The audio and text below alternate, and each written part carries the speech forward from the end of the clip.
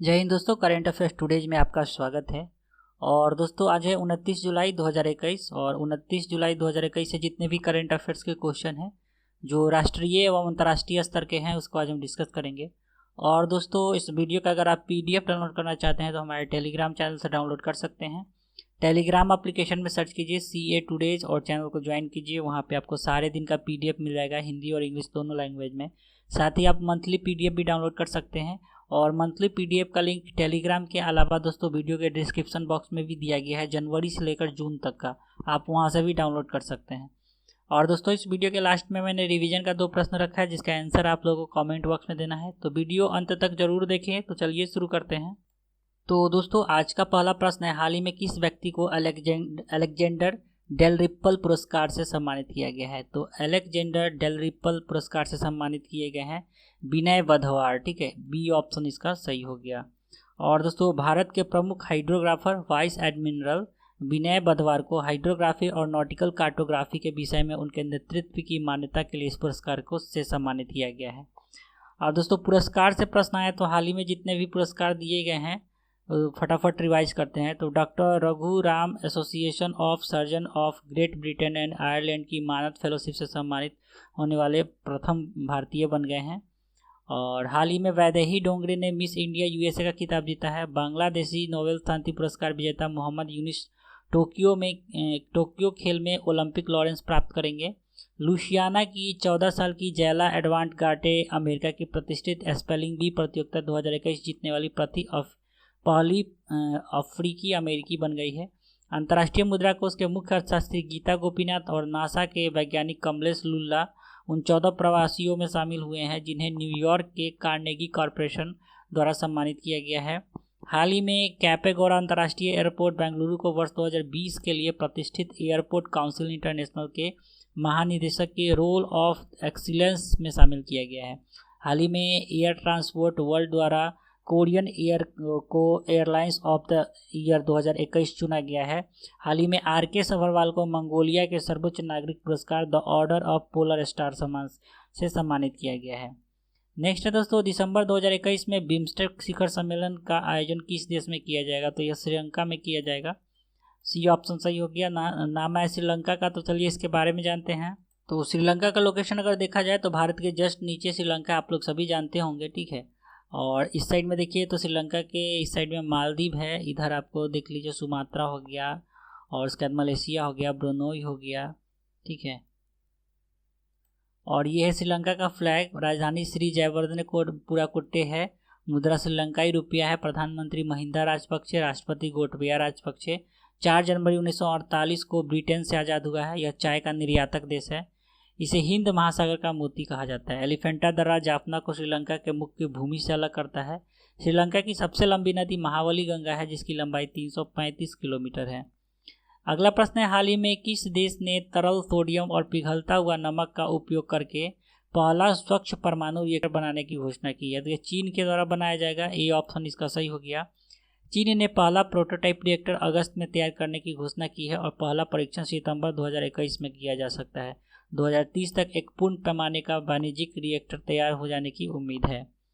Next है, हाल ही में कर्नाटक के नए मुख्यमंत्री के रूप में किन्हें नियुक्त किया गया है? तो बसवराज बोम्मई। डी ऑप्शन सही हो गया। इमेज में देख सकते यही है बसवराज बोम्मई। और राज्यपाल थावर चंद गहलोत ने इन्हें पद एवं गोपनीयता की शपथ दिलाई है। अब नियुक्ति से प्रश्न आया तो चलिए हाल ही में नियुक्ति देख लेते हैं। तो नासिर कलाम IPS अधिकारी को नागरिक उड्डयन सुरक्षा ब्यूरो का महानिदेशक नियुक्त किया गया है।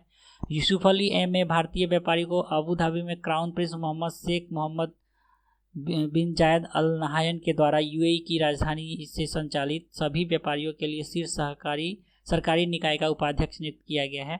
बशर अल असद ने सीरिया के राष्ट्रपति के रूप में चौथी बार शपथ लिया है। संयुक्त राज्य अमेरिका की सीनेट ने सीमा नंदा भारतीय अमेरिकी को श्रम विभाग के लिए सॉलिसिटर चुना है। पेड्रो कैस्टिलो को पेरू के राष्ट्रपति के रूप में चुना गया है। ट्विटर ने विनय प्रकाश को रेजिडेंट ग्रीवेंस ऑफिसर के रूप में नियुक्त किया है। पीयूष गोयल को राज्यसभा में सदन के नेता के रूप में नियुक्त किया गया है। नेक्स्ट है, हाल ही में सीमा सुरक्षा बल के महानिदेशक के पद पे किन्हें नियुक्त किया गया है? तो SS देशवाल। ए ऑप्शन इसका सही हो गया। सीमा सुरक्षा बल के महानिदेशक राकेश अस्थाना को दिल्ली पुलिस का आयुक्त नियुक्त किया गया है। भारत तिब्बत सीमा पुलिस के महानिदेशक श्री SS देसवाल सीमा सुरक्षा बल के महानिदेशक पद का अतिरिक्त प्रभार संभालेंगे। सरकार ने 30 जून 2021 को SN श्रीवास्तव के सेवानिवृत्ति होने के बाद बालाजी श्रीवास्तव को दिल्ली पुलिस का अतिरिक्त प्रभार दिया है। अगला प्रश्न है दोस्तों, हाल ही में किस राज्य सरकार के द्वारा देवरन्य योजना तैयार किया गया? तो देवरन्य योजना तैयार किया गया मध्य प्रदेश के द्वारा। बी ऑप्शन इसका सही हो गया। मध्य प्रदेश सरकार के ने आयुष आधारित आर्थिक उन्नयन योजना देवरन्य योजना तैयार किया है। इसका उद्देश्य लोगों के स्वास्थ्य और आदिवासियों की आजीविका में सुधार लाना है। अगला प्रश्न है, हाल ही में विश्व प्राकृतिक संरक्षण दिवस कब मनाया गया है? तो 28 जुलाई को मनाया गया विश्व प्राकृतिक संरक्षण दिवस।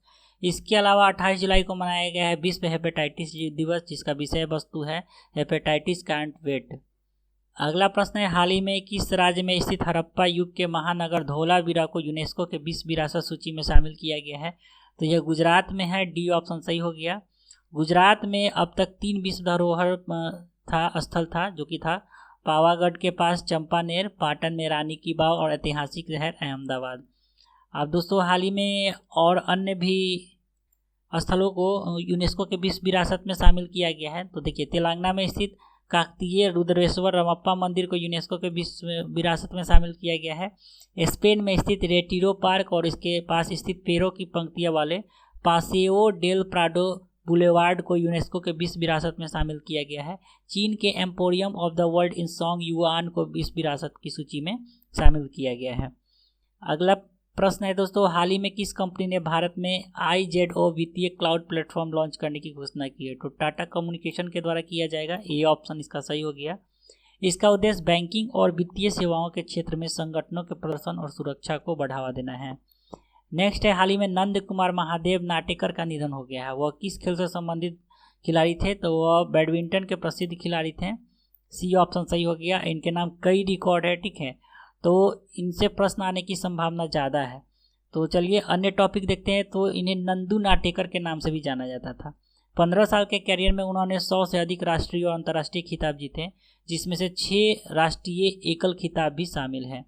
नंद कुमार 1956 में अंतर्राष्ट्रीय खिताब जीतने वाले पहले भारतीय बैडमिंटन खिलाड़ी थे। अर्जुन पुरस्कार प्राप्त करने वाले पहले भारतीय खिलाड़ी भी थे, ठीक है। तो ये था इसका करेंट अफेयर। चलते हैं रिवीजन की तरफ। तो रिवीजन का पहला प्रश्न था, हाल ही में किस राज्य में लड़कियों महिलाओं की सुरक्षा के लिए स्पेशल 40 दस्ता का गठन किया गया है? तो मध्य प्रदेश में। सी ऑप्शन सही हो गया। इसका मध्य प्रदेश के इंदौर में इसका गठन किया गया है। नेक्स्ट है, हाल ही में कौन सा देश अंतर्राष्ट्रीय सौर गठबंधन में शामिल हुआ है? तो स्वीडन। सी ऑप्शन सही हो गया। तो कल के प्रश्न का दोनों प्रश्न का सही उत्तर सी हो गया। आज का रिवीजन का प्रश्न है, हाल ही में कौन सा शहर ड्रिंक फ्रॉम टैप परियोजना को लागू करने वाला देश का पहला शहर बन गया है? और आज का दूसरा प्रश्न है, हाल ही में किस देश के कोर्ट ने विजय माल्या को दिवालिया घोषित किया है? तो इस दोनों प्रश्न का उत्तर आप लोगों को कमेंट बॉक्स में देना है। तो चलिए दोस्तों, आज के लिए इतना ही। आशा करता हूँ आपको ये वीडियो पसंद आया होगा। तो वीडियो अगर पसंद आ रहा है तो वीडियो को लाइक करना ना भूलें तथा अपने दोस्तों में ज़रूर शेयर करें। साथ ही अगर चैनल पर नए हैं तो चैनल को सब्सक्राइब कर लीजिए और बेल आइकन को दबा दीजिए, जिससे आपके सारे वीडियो का नोटिफिकेशन मिलता रहे। तो मिलते हैं जल्दी फिर एक नए एपिसोड के साथ। तब तक के लिए जय हिंद।